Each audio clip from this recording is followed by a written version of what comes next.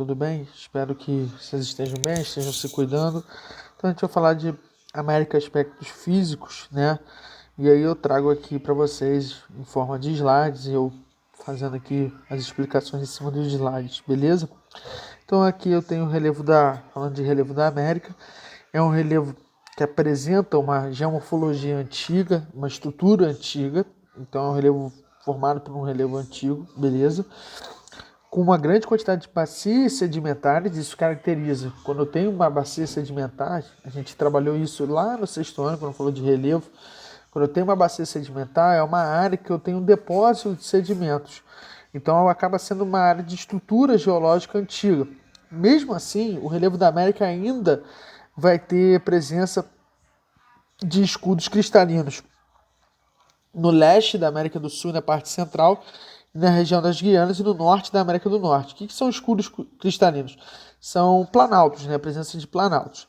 E você tem montanhas, né? Cadeias rochosas ao longo do litoral do Pacífico, né? A Cordilheira dos Andes, e na parte oeste dos Estados Unidos, beleza? São picos de até 5.000 metros de altitude, que aí é um relevo mais recente.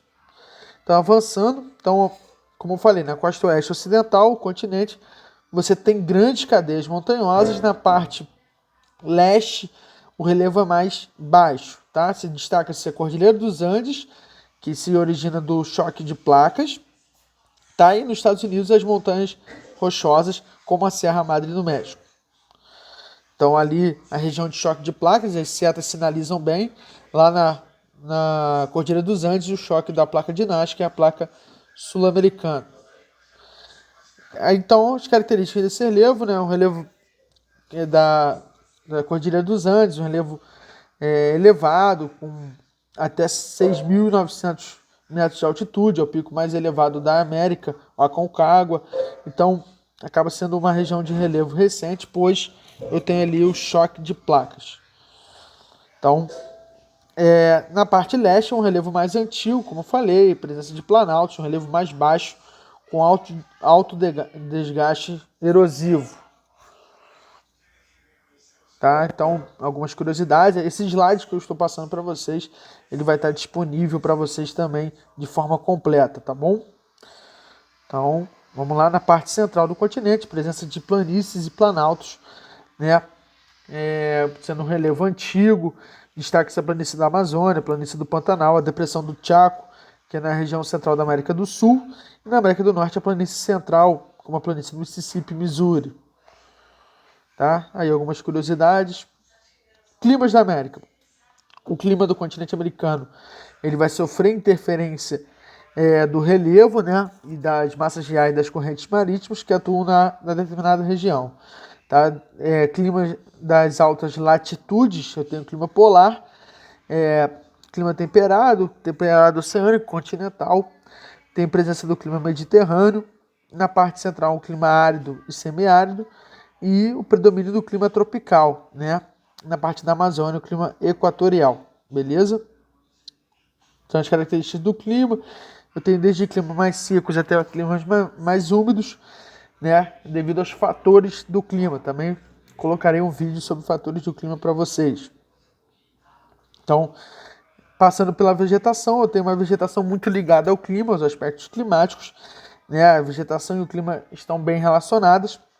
Nas zonas de altas latitudes, presença do clima polar, eu tenho a vegetação de tundra. No clima temperado, eu tenho a floresta boreal ou a taiga. Tenho a presença das pradarias. Na floresta equatorial, no clima equatorial, né, eu tenho a floresta amazônica, que é um tipo de floresta equatorial. Na parte central, por exemplo, do Brasil, eu tenho o cerrado, que refere-se ao clima tropical continental. Beleza?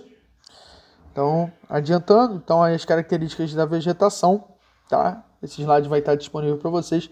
A gente só está fazendo aqui um resumão, só para deixar bem claro para vocês esses slides. Algumas imagens, né? A tundra, a gente vê uma vegetação rasteira, na taiga uma vegetação mais fechada, floresta temperada, aí uma vegetação mais diversificada, pradarias, vegetação de campos e os desertos.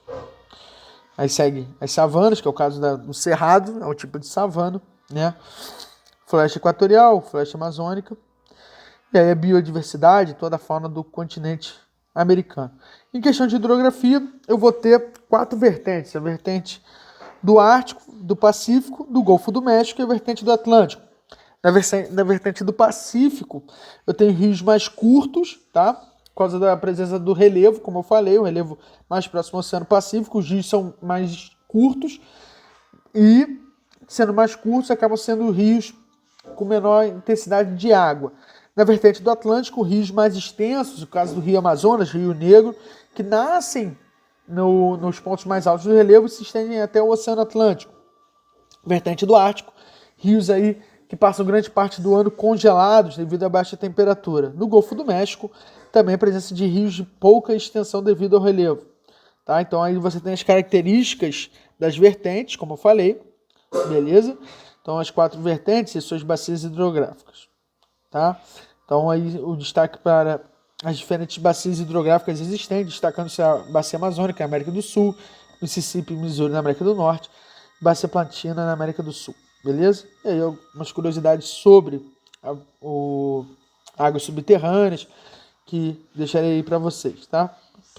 A presença dos lagos, né? Os Estados Unidos e o Canadá, por exemplo, a fronteira é a fronteira dos grandes, conhecida como a fronteira dos Grandes Lagos, né?